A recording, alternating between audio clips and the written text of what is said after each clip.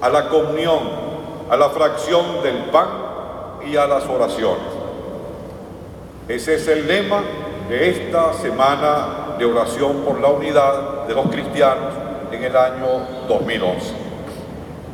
Estamos llamados a tener una sola alma, un solo corazón, en el hogar, por el afecto familiar, en la vida social y en el trabajo, considerándonos todos como hermanos, en la vida política, respetándonos todos fraternalmente, en la vivencia de la fe, esa fe nuestra, esa fe común en Jesucristo, atendiendo a las enseñanzas de los apóstoles y buscando siempre el esplendor de la verdad. Estamos llamados a buscar la unidad en la fe, en el amor y en la esperanza. Estamos llamados a superar nuestras divisiones y diferencias. Hoy, en esta Sagrada Eucaristía, mis queridos hermanos, recordamos también una reciente tragedia para todas las iglesias cristianas, también para nosotros aquí en Venezuela, para los discípulos de Jesucristo en el mundo entero.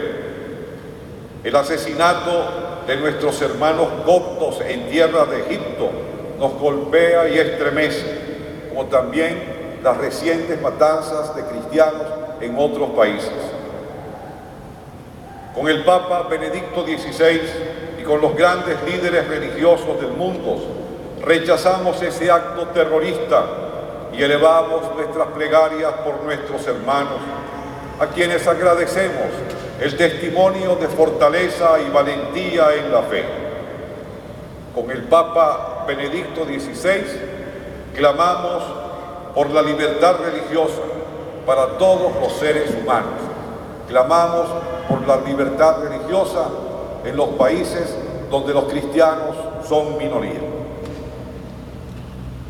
Los cristianos en Occidente y nosotros en Venezuela también hemos de admirar e imitar la fortaleza y la fe de aquellos hermanos nuestros que viven como minoría religiosa en los países islámicos y específicamente en países como India y Pakistán, Filipinas, Nigeria e Irak, donde recientemente han ocurrido matanzas de cristianos.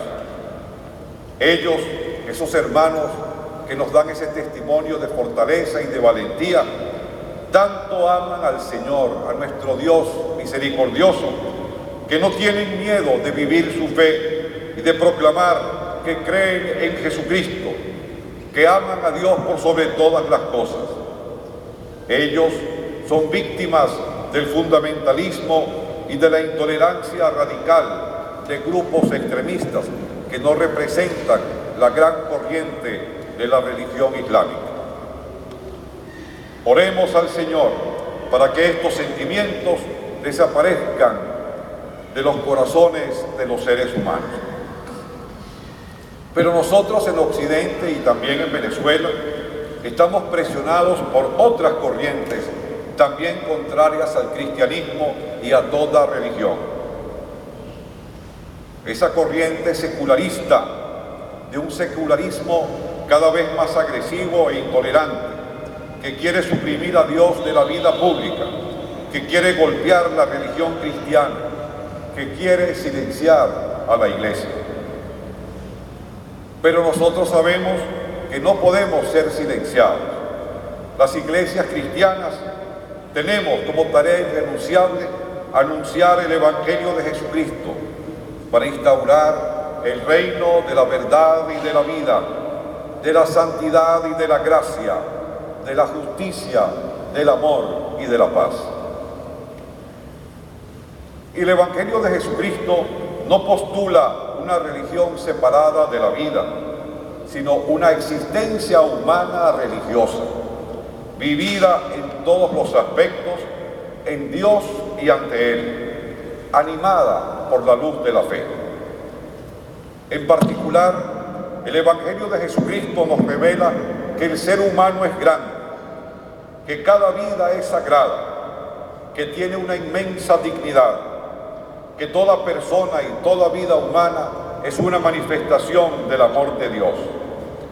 Por eso defendemos la vida en la familia y en el hogar, en el hospital y el consultorio médico, en el trabajo, en la política, en las relaciones sociales, en las relaciones internacionales.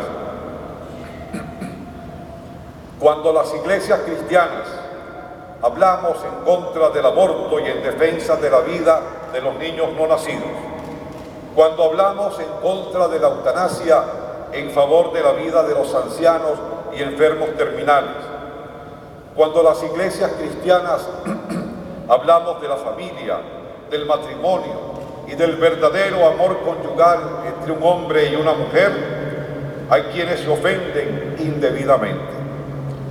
Son quienes propugnan actitudes que van no solo en contra de la moral cristiana, sino de principios, valores y normas inscritas por Dios en el corazón de cada ser humano. Van en contra del mismo derecho natural. Mis queridos hermanos, ante cualquier ataque, mantengámonos firmes en la fe. Es preciso que tengamos también firme conciencia de nuestro derecho y de nuestro deber de defender la libertad de practicar la religión cristiana. Pero para ello es fundamental, primero, que nosotros sintamos de corazón vivamente la alegría, el gozo, la gracia, el santo orgullo de haber sido llamados por Dios a glorificarlo con nuestra fe y nuestra vida diaria. Es preciso que sintamos que nuestra religión cristiana es un don maravilloso, que sintamos eso en nuestro corazón, mis queridos hermanos, un tesoro que el Señor nos ha dado, el camino hacia la salvación eterna, una fuente de paz, de consuelo, de alegría, de fortaleza ante las dificultades, los peligros, las tragedias y la muerte temporal y eterna. Es preciso que nosotros sintamos que ser cristianos es haber recibido el amor que el Espíritu Santo derrama en nuestros corazones para que vivamos en el amor y seamos felices. Que ser cristianos es salir de las cadenas y garras del pecado y de los vicios. Que nosotros somos, como dice San Pablo, ciudadanos del cielo. Con esa conciencia interior, con la fortaleza que el Señor nos da, con la determinación y decisión de creer en Jesucristo, con el aprecio y la valoración de nuestra gloriosa identidad cristiana, podremos resistir y superar los embates de esa intolerancia antirreligiosa que impone restricciones a la manifestación pública de la fe en Jesucristo, el Verbo encarnado.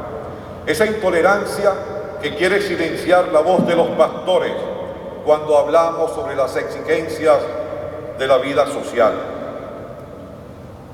Y con esa conciencia interior y con esa fortaleza podremos resistir también los embates de ese secularismo más suave e insidioso que nos lleva a flaquear en la práctica religiosa, que no debemos nunca abandonar nuestra práctica religiosa, que nos lleva a la frialdad espiritual, que nos lleva a no valorar nuestra fe, que nos hace ausentarnos de la celebración del culto y de la Eucaristía y a dejar a un lado el cumplimiento de los mandamientos de la ley de Dios, a dejarnos abrumar por los afanes del mundo y por intereses solamente materiales para adorar al becerro de oro. Hermanas y hermanos, seamos fieles a nuestro Dios, que es amor y felicidad.